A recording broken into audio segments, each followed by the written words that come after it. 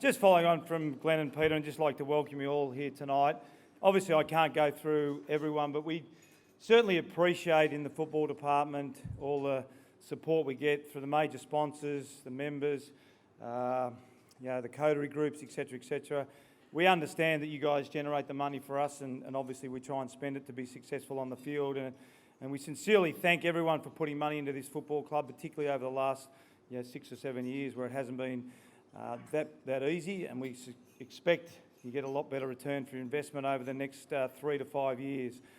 I guess for me it's about relationships, and just one of the sponsors, AHG, in the last 2 weeks my sister's purchased a car off them, and I've purchased one myself, and it really comes down to just shooting off a text, getting a text back, organising the cars, and I guess that's what it's all about, being part of a footy club now. It's no longer about hanging a sign on a wall or hanging something at the MCG or whatever. We really, there is a return investment. We really appreciate everything that our supporters and sponsors and members give us, and it's something that we want to give back in return. So thanks for all you guys for supporting tonight, and obviously throughout the years. Thank you.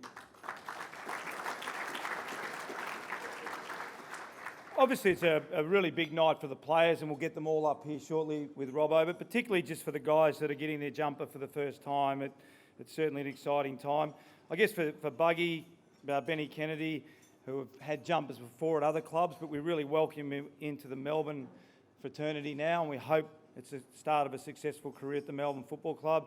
And I'd also like to give a bit of a shout out to Jakey Melksham, who we'd love for him to be here tonight, and he'll obviously receive his first jumper next year, but for Jake, he's very much part of the Melbourne family now. Just for the new guys for their first jumpers, again, it's a super exciting time for Clayton Oliver, Sam Wiedemann, Mitch King, Liam Hewlett, Josh Wagner and Joel Smith. So to you guys and to all your families, really enjoy the night and enjoy getting your first football jumper, and hopefully you all have a long and successful career. I just want to follow on from a little bit from what Peter and Josh have said, and I really don't want to single anyone out tonight because the football department as a whole has done a fantastic job.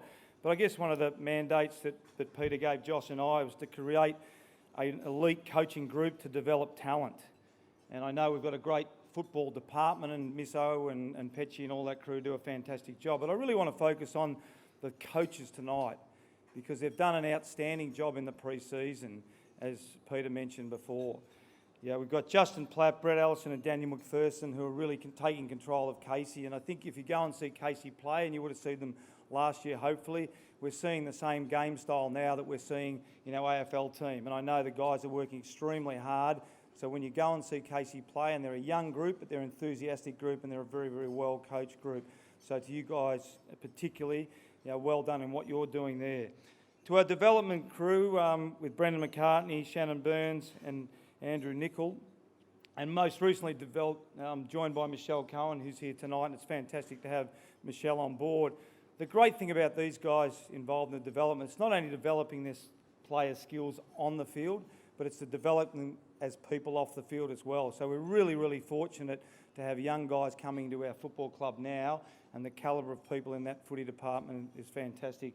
And as I said, it's great to have Michelle, and Daisy's been up here before, and for those who didn't see Daisy play on the weekend, as Goody said, she brought her own football and shared it a couple of times with a few of the other players. So it's great to see, and it is an exciting time, Daisy, for the girls, and I'm really proud to be the senior coach when we're pioneering women's football, and I'm really looking forward to seeing you guys play this year, but also when the league starts next year, and it'd be very, very exciting to be part of. So well done for what you guys have done for women's football, and now what you're doing for us. The four guys, along with myself, I guess, that are in charge of game style, have just done an exceptional job in educating the players this year. For Craig Jennings, Jade Rawlings, Benny Matthews and Goody, the work that these guys are putting in has just been absolutely outstanding. The education that's gone in the player group is by far exceeded anything that I've seen in football in my time over the last 30 odd years. So to you guys, just an outstanding job, and I know at times that the coach gets too much credit for when we win and probably too much criticism when we lose, but I hope that you guys get a lot of credit for what we're about to do this year. And Goody, I know you're going to be successful in the years to come, and I know you're going to get a lot of credit, but hopefully you guys all share that credit and we share it together, because the work that gets put in from all our staff has been fantastic, so well done for you guys.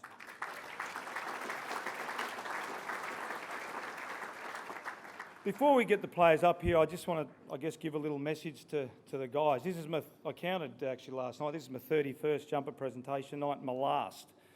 So in one way it's exciting, I guess in another way it's quite sad, but so over the course of those 31 years, I've probably seen about 1,500 players get their jumpers. And if you averaged 9 new players a year by 31, if my maths is correct, Max, that's 279 new players that I've seen get football jumpers. And I really want to focus on 4 players that have taught me lessons, and I want to impart those lessons on you. And I'm hoping, and I will at the end of this year, be talking about Melbourne players and sharing the stories. But I want to focus on some Fitzroy players and some Sydney players. The first one's a guy called Gary Wilson. And Gary Wilson was my first captain when I turned up at Fitzroy. And he was one of our most talented players when I arrived at Fitzroy. And as a young kid growing up, we always thought that probably the more talented players, things came easy to those talented players. And generally they probably didn't work as hard, but they got away with it because they were so talented. No doubt that Gary Wilson not only was the most talented player, but was the hardest working player that I've ever seen in my 30 years of football. In fact, he came back after 2 years out of the game to be assistant coach, and he still beat most of the players in the team in most of the running. So what it taught me, it didn't matter how talented you were, your work ethic has to far exceed your talent level. And that was the lesson that Gary taught me. I was lucky enough to watch Mickey Conlon play as an under-19 player, and I used to marvel at the Junction Oval at the goals that he kicked. It was incredible. He kicked goals from the boundary line, he'd handball it to himself, he'd run after it, he'd pick it up, he'd dribble one through from the... And I just thought, what a lucky player. How lucky was that? And it just kept on happening over and over and over and again. And then I was fortunate, as I said, to play with him. And then I realised it wasn't luck, because what Mick would do would get to training before everyone else, and he'd practice those goals. He'd practice them before training, he'd practice them after training. And we generally have an optional night on a Wednesday, and Mick would be down there on a Wednesday night. So there's no such thing as luck. It was all about practice, and that's what he taught me. I coached a guy called Brett Kirk in Sydney, and this is well publicised, but midway through 2002, his career was over. It was finished. And I was in some of the match committee meetings when he's pretty much put out the pasture, and at the end of the year, he was going to get delisted. Stewie Maxwell came into match committee after Rocket left, and suggested that we play Brett as a run-with player. And Stewie was one of his staunchest supporters, so we said, yep, we'll give him an opportunity. And from that day forward, he committed himself to be the best run-with player he possibly could be. He wasn't gifted athletically, he wasn't a great kick, he was certainly a fantastic endurance runner, but he had a lot of deficiencies in his game. But he was 100% committed to his craft, to being the best possible run-with player he could be. And history tells you he's gone on to go down as one of the great Sydney players of all time. Leo Barry. People actually ask me all the time, which gets a bit embarrassing, who my favourite players are and who was my favourite player when I was coaching Sydney. Apart from Ben Matthews, my favourite player was Leo Barry. And the reason I say that, and Benny hopefully would back me up tonight, Leo Barry, and I had to look this up in Wikipedia today because I thought I knew the answer to it, but I had to reassure myself. Leo Barry played full-back and was a dual All-Australian. Leo Barry was 184 centimetres tall and 88 kilograms. Tommy McDonald, what are you? 196 and 102 kilograms. Leo Barry was 88 kilos and 184 centimetres. He played on Fraser Gehrig one day when St Kilda were 10 wins and no losses, and Fraser Gehrig had kicked about 50-odd goals. He kept Fraser Gehrig to 2 handballs for the day. And what I learned from Leo is anything is possible, and when you set your mind to it and you don't have any excuses, you can get things done. So as much as we're going to help you guys, and as much as we've put a framework around you to be successful, I hope the message is clear.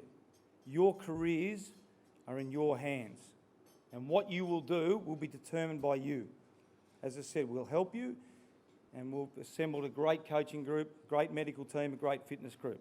But ultimately, it's going to come back to how much you want it and how much you work for it. Just quickly before we get on to the jumpers, And I'll touch on the team as a whole, and it's only been two games now. But one of the things I guess we committed, and again Peter has mentioned it, at the end of the last year, was we committed, I guess, to the members, to the supporters, that we wanted to put a team of competitors on the field, and we wanted to trade for competitors. Not a competitive team, so I want to be clear on the difference, a team of competitors. And what I've been really proud of the boys in the first 2 weeks, I think we played some really good football against Port, probably not as good against the Western Bulldogs, but we were always competing. We were always competing. And that's the promise we made to you guys at the end of last year, and hopefully that's the promise that the players keep for the rest of the year. I'll hand you over to Robbo, and then I'll be back later on to announce the leadership group. Thank you. Yeah, it is exclusive tonight. We just announced the leadership group with the players today. And I think you'll probably notice there's some guys that have been past captains and leaders that aren't in the group, and I'd like to acknowledge them, because for us to be a strong football club, we not only need a good leadership group, but we need some good leaders outside of our leadership group. So you don't have to be in a leadership group to be a leader, and I think you'll acknowledge there's some great leaders that have just received their jumper, so I'd like to give them a hand for some of those guys too.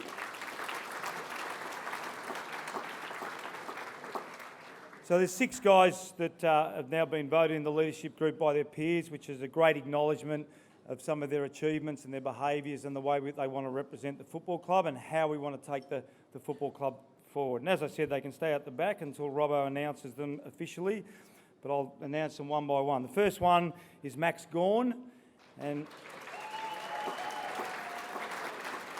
it's certainly a credit to how hard Max has worked. We all know that he suffered a number of serious injuries, came into the team middle of last year and has become a significant contributor to us as a football club, and obviously his peers have now acknowledged how significant he is to where we want to take the club. Cole Garland has been around the football club for a number of years.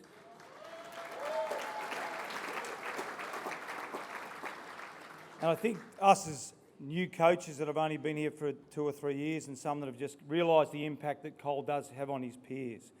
He's a genuine football person that understands the game intricately, and obviously been a consistent performer for this club for many, many years.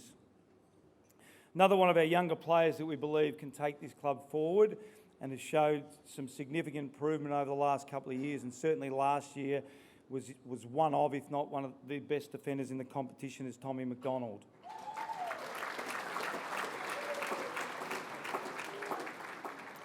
I guess one of the hard things when you come to a football club and people call you a leader from day one, it's often hard to sort of sit back, listen and learn. And Jack Viney was one of those players, I guess, was anointed early days. And I think I said last year at the Best and Fairest, he became the most coachable player in the football club and did everything that we asked him to do, and now has been recognised by his peers, Jack Viney.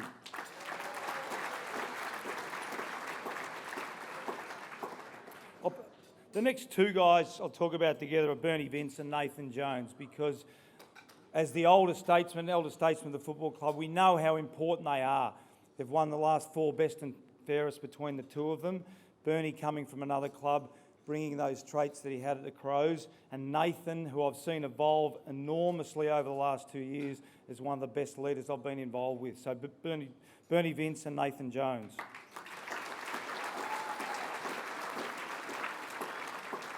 I just want to talk a little bit about leadership and expectations. It's interesting, a lot of times in the media you talk about, you read about a team and the first thing they say, our leaders didn't stand up in big games. I've never read a leadership manual that says there's a difference between a big game and a small game. So the expectation of our leaders is the role models. Doesn't matter what the circumstances are, whether they're playing, whether they're training, whether they're out at the club, away from the club. So we want them to be role models, we want them to be leaders. In fact, what I did is try to look up leadership. I Googled it on the computer. And there's so many wonderful fancy terms for leadership, and I guess so many leadership courses and so many people espouse leadership. I've also got actually Tammy got it for me, but there's a David Jones catalogue. There's a David Jones catalogue on my desk, and it's only there because there's an interview of Adam Goods, who's an ambassador for David Jones, and there's a great article in there. And I think more than anyone, he's summed up leadership better than any of these leadership gurus. And the question was put to him, what do you think makes a great leader? A great leader is someone who emphasises the team culture. There's someone who goes above and beyond to perform their role. They take care in building relationships with fellow teammates. They lead by example. They are respected by their peers. They support and challenge their teammates. They follow up any discussions from the past. They help mentor other team members. And it's a really great description of the expectations we have of our leadership group. I want to finish off before Robbo formally introduces the leaders to get their jumpers, because everyone wants to know how we're going to go this year. And there's a great document that I have on my desk, and I think it's really appropriate for where we're at and where we're going to head and how we're going to go. It is not for us to question our abilities for they have already been established. We need to ask which abilities we choose to use and when. So if we're as a football club, our pre-season's over. We've now had 3 years, 2.5 years of great education, as I mentioned before. So really we're set. We're set for the season. I am your constant companion. I am your greatest helper or your heaviest burden. I will push you onward or drag you down to failure. I'm completely at your command. Half the things you do, you might just as well turn over to me, and I will be able to do them quickly and correctly. I'm easily managed. You must merely be firm with me. Show me exactly how you want something done. After a few lessons, I will do them automatically. I am the servant of all great men, and alas, of all failures as well. Those who are great, I have made great.